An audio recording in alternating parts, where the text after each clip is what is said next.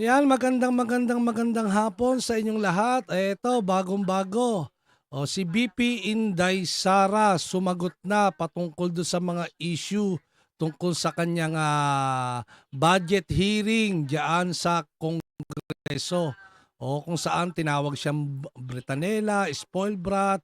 Sinagot niya lahat yung kanyang mga aligasyon at ipinaliwanag niya yung kung ano ang mga ginawa sa kanya ng Kamara base doon sa inilatag niyang budget. Ito panoorin natin. Tinela o spoiled brat. Ang budget ng Pilipinas ay hawak lang ng dalawang tao. Magandang araw po, Madam Vice President. Una sa lahat, nagpapasalamat po kami sa pagkakataon na binigyan niyo po sa amin at makapagtanong po sa inyo. Pero bago po ang lahat, ma'am, ano po ba ang dahilan at nabigyan niyo po kami ng pagkakataon na magpaunlak po kayo ng interview? Maraming salamat sa pagkakataon na ibinigay sa akin ngayong araw na ito. Nagpa-interview ako dahil gusto ko na malaman ng taong bayan at ma-explain sa taong bayan kung bakit hindi ako sumasagot sa question and answer sa budget hearing ng Office of the Vice President para sa budget proposal namin 2025. Gusto ko kasi na maintindihan ng taong bayan saan ba ako nanggagaling. Madam Vice President, sa mga nakaraang linggo po, naging laman ng balita ang naganap na hearing sa House of Representatives po para sa 2025 OVP budget.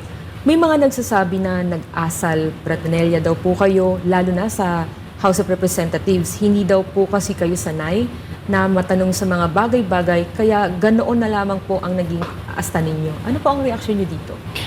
Sanay ako na sumagot sa mga tanong ng mga bagay-bagay.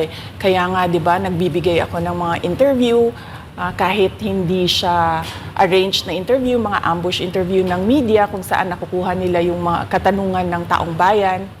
Sanay ako sa ganyan. At alam ng taong bayan na hindi ako Bratinella o spoiled brat dahil kilala nila ako simula nung ako ay nasa Davao pa, simula nung ako ay mayor pa, hanggang naging vice president ako. Kilala ako ng taong bayan na hindi ko inaabuso ang aking power at ang aking authority sa lahat ng mga opisina na nahawakan ko. Testigo ko ang buong bayan na hindi ako isang spoiled brat. In fact, nung ako ay lumalaki, hindi naman, ang mga kaibigan ko, hindi naman sila galing sa political na pamilya, sa mga mayayaman na pamilya, sa mga powerful na pamilya. Sila ay mga ordinaryong tao lamang at yun ang kinalakihan ko.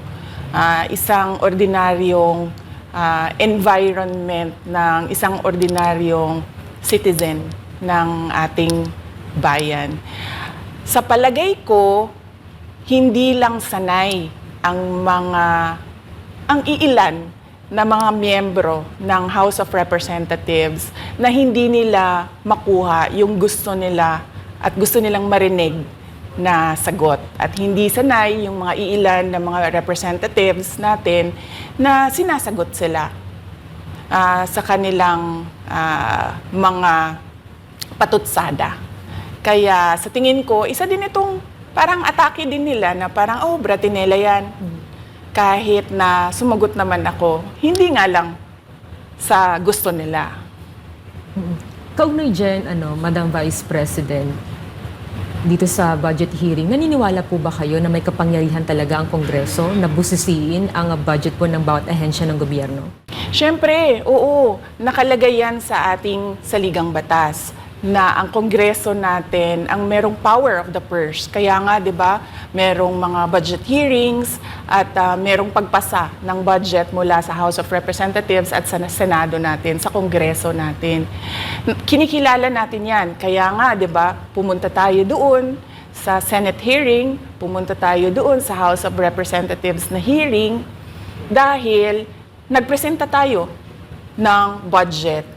Ang ginawa ko lang ay sinabi ko, i-forgo namin yung question and answer na parte ng budget hearing. Pero kaugnay po dyan, Madam Vice President, hindi po ba dapat malaman din ng taong bayan para sa ang pondo ng OVP? At saan po gagamitin itong panukala po for 2025? Yes, napakahalaga sa akin na malaman ng taong bayan ang Office of the Vice President budget proposal. Kaya nga bago kami pumunta sa Senate, bago kami pumunta sa House, ay pinublish namin yung budget proposal namin sa aming website, sa Office of the Vice President, sa social media platforms namin. Ginawa namin siyang madaling intindihin ng taong bayan kung saan papunta yung budget proposal ng Office of the Vice President.